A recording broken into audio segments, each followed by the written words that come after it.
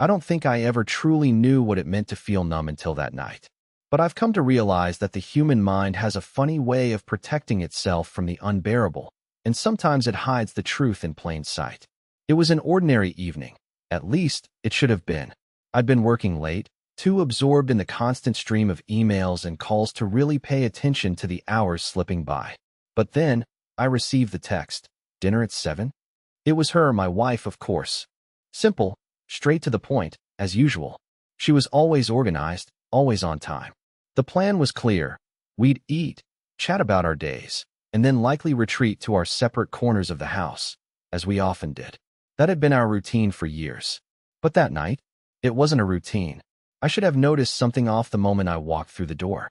The apartment was quiet. Too quiet. The usual hum of background noise, the clinking of dishes in the kitchen, the faint buzz of the TV, the sound of the clock ticking, was absent. There was a stillness in the air, thick and unsettling. She was already seated at the table when I arrived.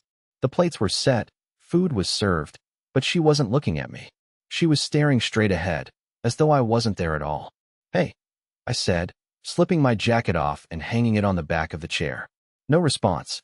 I sat down across from her, trying to catch her gaze, but her eyes were fixed somewhere beyond me. "You okay?" I asked, though I already had a sinking feeling in my stomach. She didn't answer at first. Her lips parted slightly, as if she were struggling with what to say, or maybe deciding if she even wanted to say anything at all. And then, without warning, she spoke. One sentence. Just one, but it was enough to silence everything else around me. "I'm leaving." The words hung in the air like a cloud of smoke, suffocating the life out of the room. My heart skipped a beat, and for a moment, I thought I misheard her. Maybe the exhaustion from work had clouded my mind. But no, her eyes finally met mine, cold and distant. "I'm leaving," she repeated, more firmly this time, her voice emotionless. I felt like I'd been slapped in the face. I didn't know how to respond. My brain was in overdrive, trying to process what had just happened. Leaving? It didn't make sense. Not in a million years. Leaving? What do you mean by that? My voice cracked, and for the first time in what felt like forever, I could hear the vulnerability in it. She took a deep breath, exhaling slowly, as if she were preparing to give me the most casual explanation for the most devastating news of my life. "I've been thinking about this for a while now," she said, still not looking at me. Her hands were folded neatly on the table, her posture almost perfect, like she had rehearsed this moment over and over. "It's not something I'm doing in haste, but I can't do this anymore." My mind was spinning. The woman sitting in front of me, the woman I had shared my life with, who I thought I knew better than anyone, was telling me that it was over. She wasn't angry. She wasn't crying. She wasn't even sad. She was just calm. Too calm. "I don't understand," I muttered, trying to find some logical thread to hold on to. "We've been through tough times, sure, but why now? Why like this?" Her eyes finally softened, but only for a brief moment. She looked at me, but it wasn't with love. It wasn't with affection. It wasn't even with pity. It was almost like she was speaking to a stranger, someone she didn't care to explain herself to. "I don't think we've been on the same page for a long time," she said quietly. "I've tried to ignore it, but I can't anymore. I've been pretending, and I'm done pretending." Pretending? The word hit me like a wave crashing against a fragile shoreline. All these years, all the moments, the conversations, the shared laughter, were nothing more than an act to her? I felt a chill run through my body, my hands trembling slightly as I reached for my glass of water, but I didn't drink. The water was warm in my hand, a reminder of how much had already gone cold between us. "Is there someone else?" I asked before I could stop myself. The question burned in my chest, but I had to ask it. I had to know if there was someone else, if that was the reason behind all of this. She didn't hesitate. She didn't flinch. She didn't even seem surprised by the question. "No," she said flatly. "It's not about anyone else." I didn't believe her, but I didn't have the energy to argue. I didn't know what to believe anymore. Nothing felt real. Nothing felt stable. It was as though the ground beneath my feet had disappeared without warning, and I was left suspended in an unknown void. We sat there for what felt like an eternity. The only sounds were the quiet hum of the refrigerator in the kitchen and the rhythmic ticking of the clock on the wall. She didn't say much after that. She didn't need to. The silence spoke louder than any words ever could. And I realized, for the first time in my life, that sometimes silence is the most painful truth of all. I was still processing the shock, the realization that everything I thought I knew had been shattered, when she stood up, calmly gathered her plate, and carried it to the sink. "I'm not asking for your forgiveness," she said as she turned away. "I just need to go." And in that moment, I realized I wasn't part of her life anymore. Not in the way I thought I was. There was no fight left in her, no love to salvage. It was over, and I didn't know what to do next. I could hear the soft clink of her dish as she placed it in the sink, but my mind was miles away. My hands were still gripping the edge of the table, knuckles white, my whole body frozen in place. The words she had just said were still echoing in my ears. "I'm leaving." I didn't know what to say. I didn't know how to react. I wanted to yell, to demand an explanation, to somehow make this nightmare go away.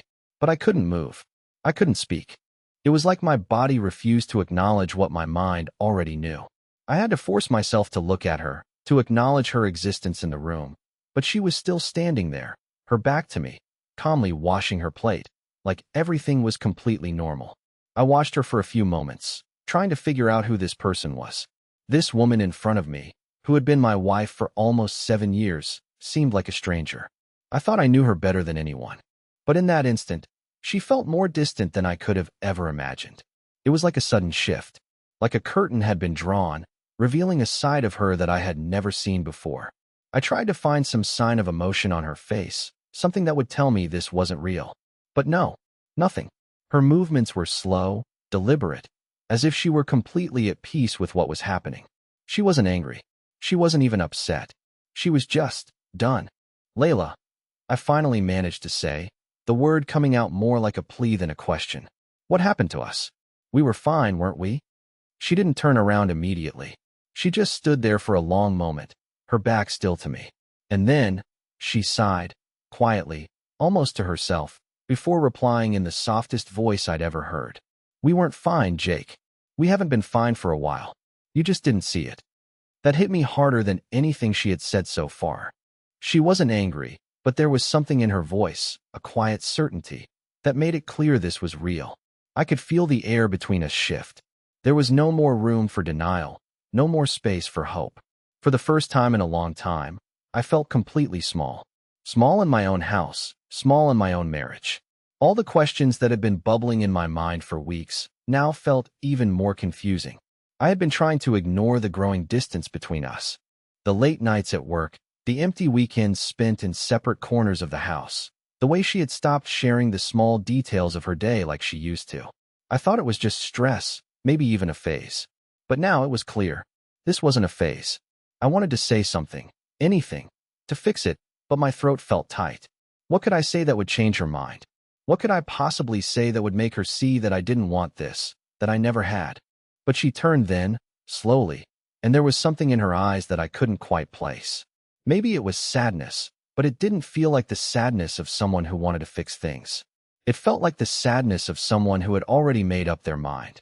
"I know this is hard, Jake," she said quietly, "but I've already made my decision." The words landed with the finality of a door slamming shut. No room for negotiation. No hope for reconciliation. She had already chosen her path, and there was nothing I could do to change it. I couldn't breathe. I couldn't think. My mind was racing 1,000 miles an hour, trying to process everything, trying to make sense of what was happening. I had no idea how to get back to the person I thought I knew. I had no idea how to get back to the life I thought I had. Everything I thought was solid, everything I thought was real, was slowly crumbling in front of me. I stood up, not knowing what to do next, my legs unsteady. The weight of her words was like a stone in my chest, and the air in the room felt suffocating. I had to get out. I needed to escape, to think, to breathe. I walked toward the door, but before I could reach the handle, she called my name. "Jake," she said, her voice barely above a whisper. I turned to face her, my heart pounding in my chest. She was standing there, in the middle of the room, watching me, like she was waiting for me to say something, to do something. But what was there left to say? "I never wanted to hurt you," she said, almost apologetically. But the apology felt empty, as if she was saying it just because it was expected. I couldn't handle it anymore. I had no words left. I just needed to get away. I left. And as I stepped into the cold night, I realized for the first time that the person I thought I was in love with, the person I had shared my life with, was gone. And no matter how much I wanted to change things, I couldn't go back. What had happened? How had we ended up here? I had no answers. Only questions. And I wasn't sure if I ever would get the answers I so desperately needed. I stepped outside, the cold night air hitting my face like a slap. It was as though the world had just shifted, but I hadn't moved an inch. My thoughts felt tangled, like a knot that I couldn't untie. I walked aimlessly, not caring where I was going, just needing to get away. I didn't want to look back. I didn't want to see the house that I thought was home, the life I thought was mine, now crumbling into pieces I couldn't control. What had just happened? She had said she was leaving. She had made it sound so final, so easy. But it didn't feel easy. It didn't feel like something that could be undone. I couldn't understand how she had just decided to walk away. Where did this come from? How had I not seen it coming? I found myself at a park near our apartment, sitting on a bench beneath a streetlight, trying to gather my thoughts. I pulled out my phone, but I didn't know who to call. Everyone I knew would ask the same question. What happened? But how could I explain something I didn't understand myself? The silence in my apartment haunted me. It was deafening. The words she'd said echoed in my mind, and no matter how much I tried to push them out, they kept coming back. She's gone. That was the thought that kept looping in my head. She was gone, and I couldn't bring her back. It wasn't just the shock of her leaving that shook me. It was the way she had said it. The calmness in her voice, the way she seemed so sure. Had she been planning this for months?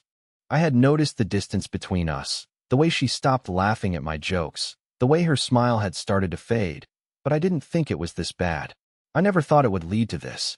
A part of me wanted to reach out to her, to beg her to talk to me, to fix whatever was broken. But deep down, I knew it was too late. She had already made her choice, and there was nothing I could say to change it. The thought made my chest tighten. My throat felt dry. I needed to breathe, but the air around me felt thick. She had left me with nothing.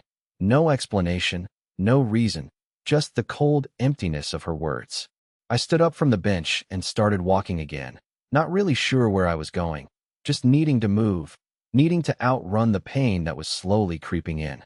I walked for what felt like hours, the city around me a blur of lights and sounds, but I couldn't escape the image of her face. The look in her eyes when she said those words. The finality of it. And then, just as I was beginning to feel numb, my phone buzzed. I almost didn't want to check it, but something made me look. It was a message from Layla. I'm sorry, Jake, but I can't do this anymore. I need to be free. I stared at the message, the words sinking in deeper than anything she had said in person. She wasn't just leaving me. She was leaving behind everything we had built together, like it had never mattered. I didn't know how to feel. Part of me wanted to scream, to throw my phone against the wall. But another part of me felt like I deserved this. Maybe I hadn't been the husband she needed. Maybe I had been blind to the cracks in our marriage. But what if it wasn't just me? What if there was someone else? Was that why she had been so distant lately? The thought gnawed at me. But even then, would that be enough of a reason to just leave? The questions piled up, but the answers didn't come. And for the first time in years, I felt completely alone. I couldn't shake the feeling that everything I had known, everything I thought I could trust, was suddenly gone. And I had no idea how to rebuild from here. I couldn't focus on anything after that message.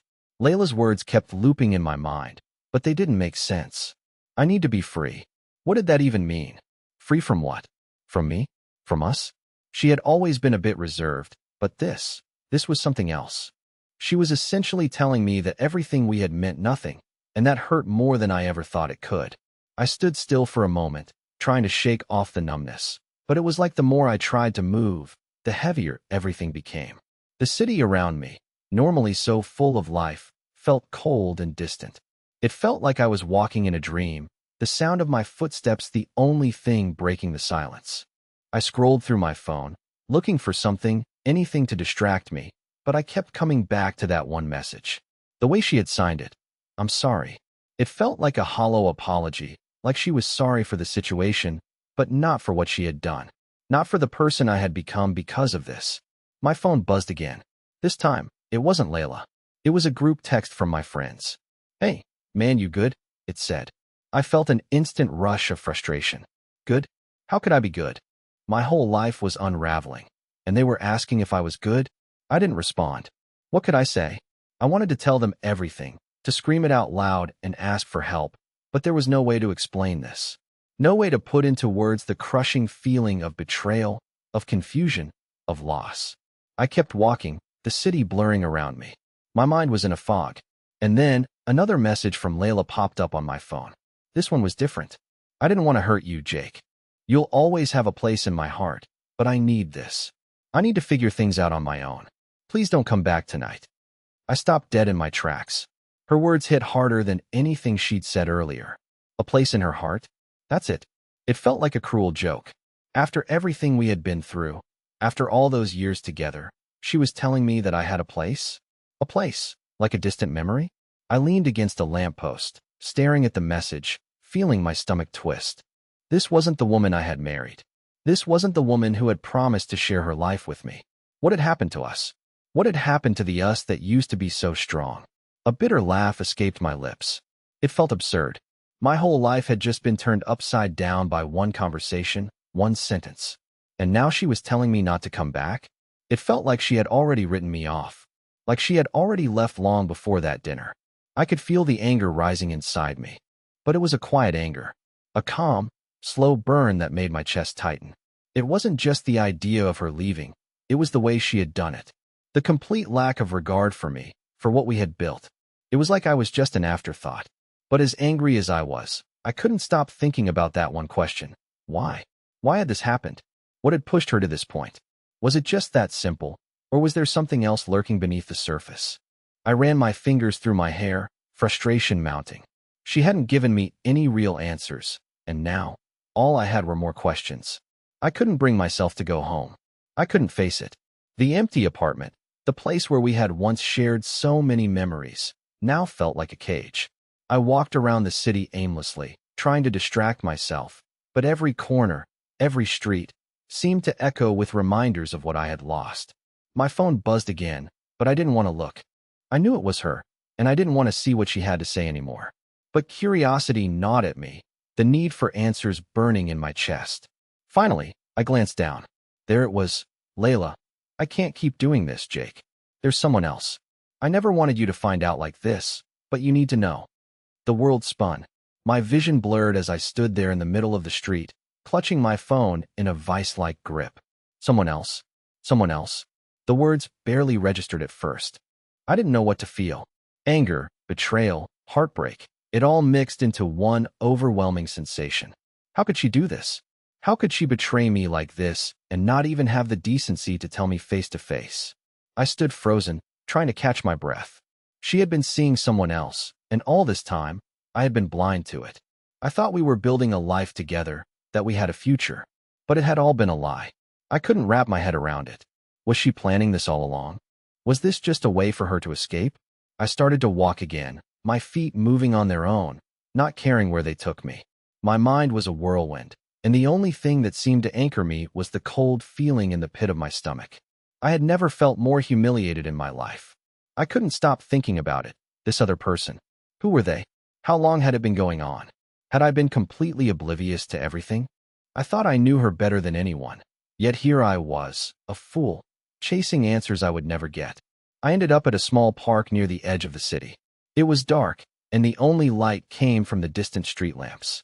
I sat on one of the benches, trying to calm my racing thoughts. But everything seemed to close in on me. The silence around me felt suffocating. I couldn't help but replay every moment, every conversation, every hint I might have missed. There had been signs, small things, barely noticeable at first. But now, in the harsh light of reality, they were glaring. The late nights, the sudden coldness, the way she had stopped sharing things with me. She had been pulling away for months, maybe even longer, and I had refused to see it. My phone buzzed again, and for a split second, I thought it might be her. But it wasn't. It was my best friend, Mark.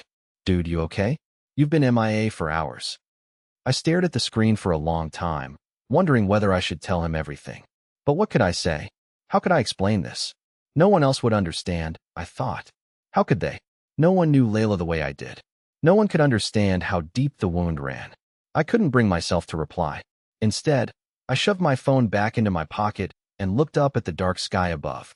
The stars were hidden behind a blanket of clouds, and I wondered if they ever felt as lost as I did. The realization hit me again, sharper this time. She had already left. Physically, she was still in our apartment, but emotionally, she had checked out long ago. There was no coming back from this. Not for us. Not for me. I stood up and walked to the edge of the park, trying to shake the feeling of being swallowed whole by the night. I needed to leave, to go somewhere, anywhere. I couldn't go back to that apartment. Not now, not with the thought of her with someone else already lodged in my mind like a splinter. But I had to face it eventually. I had to go back. And when I did, I knew I wouldn't be walking into the life I thought I knew. I would be walking into a ghost of it. I didn't know what I was expecting when I finally made my way back to the apartment. The door, the hallway, the smell of home. It all felt strangely foreign now. It was like I was walking into a place that no longer belonged to me. Like the walls themselves were holding secrets that I wasn't allowed to know.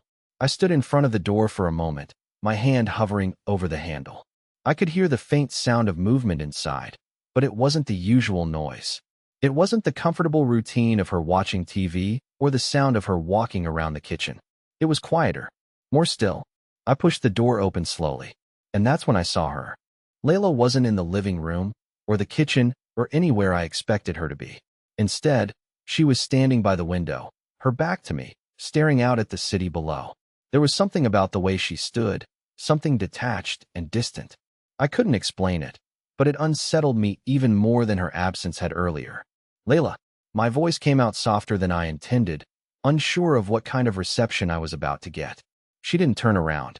The room was thick with tension, the kind that comes from unresolved anger, hurt, and confusion. "You're here," she said, her voice calm, almost eerily so. She didn't seem surprised to see me. It was like she had been expecting me all along. I stepped further into the apartment, my pulse quickening. "You said you needed space. You told me to stay away." I could hear the frustration creeping into my voice now, but it wasn't enough to mask the rawness beneath it. "What is this, Layla? What do you want from me?" She turned around then, her eyes meeting mine, but they weren't the eyes of the woman I married. There was a coldness there now, a finality. "I needed time to figure things out," she said, her words sharp and deliberate. "And I've made my decision." I didn't know how to respond. I stood there, staring at her, as the weight of her words sank in. "You've made your decision?" I repeated, almost in disbelief. "You've already decided everything for us, haven't you?" She didn't answer immediately. Instead, she glanced at the floor, like she was gathering her thoughts. Finally, she spoke again, but her tone was completely different now. "I'm sorry, Jake. I really am. But this isn't working anymore. It hasn't been for a while." I felt the sting of her apology, but there was no warmth in it. No comfort. Just a cold, distant apology that made me wonder if she had even meant it in the first place. She wasn't asking for forgiveness. She wasn't begging me to stay. She had already let go, and I was just stuck. "I never wanted this," I said quietly, almost to myself. "I thought we were good. I thought we were fine." Her eyes softened for a brief moment, but it didn't last. She took a deep breath and then looked at me, as if she were seeing me for the first time. "We were fine, Jake. But I wasn't. And that's something I've come to realize. I can't keep pretending anymore." Her words hit me like a punch to the gut, knocking the wind out of me. It wasn't the pretending that hurt. It was the fact that she had already made up her mind, long before tonight. And that's when it hit me. She wasn't just leaving me. She was leaving us. She was leaving everything we had built together behind without a second thought. I took a step back, trying to make sense of everything she was saying. "So what now?" I asked, my voice shaky. "What happens now?" She hesitated for a moment before speaking again, her voice barely above a whisper. "Now, I walk away. And so do you." And just like that, the finality of it all crushed me. There was no room for negotiation, no chance for a conversation, no hope for reconciliation.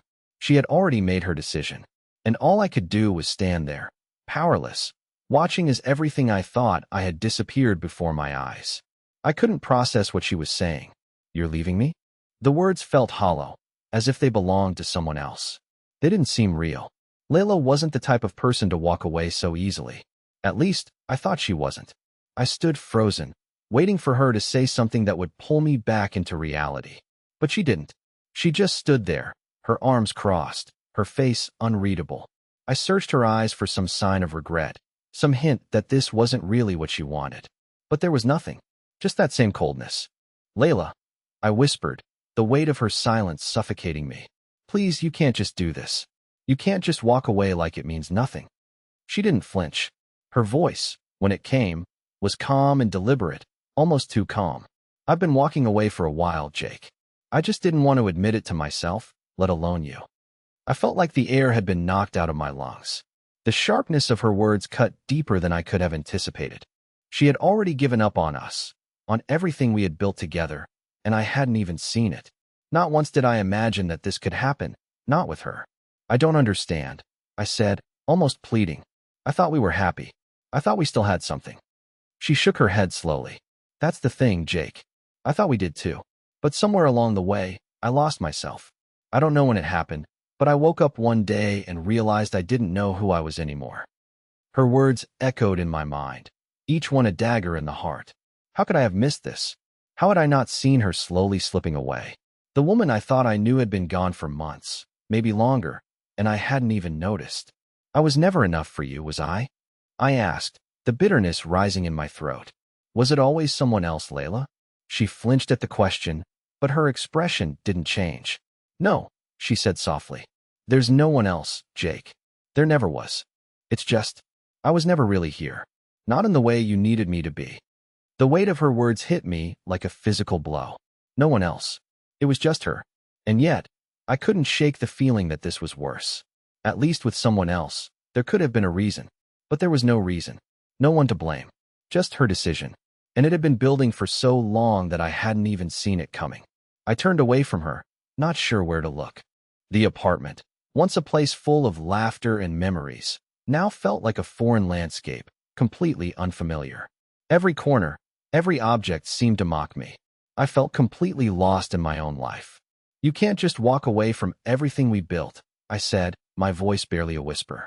I already have, Jake, she replied, her voice flat. And so have you. I swallowed hard, trying to control the anger and hurt that threatened to overwhelm me. But it was pointless. There was nothing I could say, no argument I could make. This was it.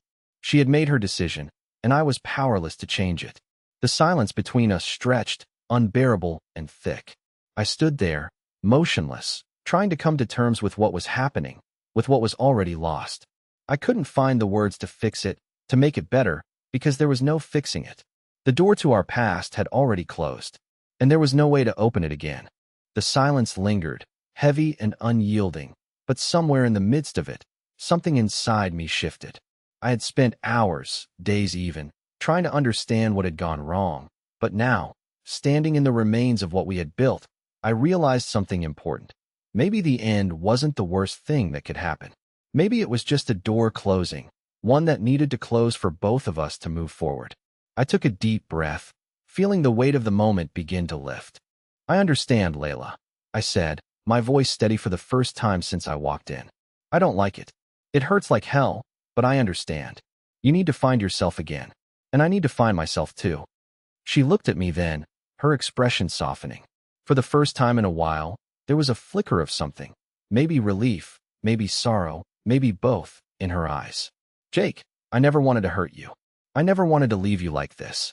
But I can't keep pretending, not to myself or to you. I nodded, the lump in my throat tightening as I realized that no matter how much it hurt, this was the right decision. For both of us. I know, Layla. And I think I've been pretending too. I've been so focused on holding on to something that was already gone that I didn't see what was slipping away in front of me. She smiled weakly, the first real smile I'd seen in weeks. It wasn't perfect, but it was something. A sign that maybe, just maybe, we could both heal from this. I don't know what comes next, I continued, my voice quieter now. But I know I need to take care of myself. I need to figure out who I am outside of all this. She nodded, understanding. We both do. We stood there for a moment, not needing to say anything more. It was hard, but it was freeing too. The weight of all the unanswered questions and the lingering pain started to fade as I realized that the only way forward was to let go of the past. I left that night knowing that it wouldn't be easy, but it was the first step towards something better for both of us. I didn't have all the answers, and I didn't know what the future held, but I knew this. I was going to be okay. And so was she. Sometimes, the hardest part of life is knowing when to walk away. But But in walking away, we give ourselves the chance to grow, to heal, and to rediscover who we truly are. And that was the first step toward a new beginning.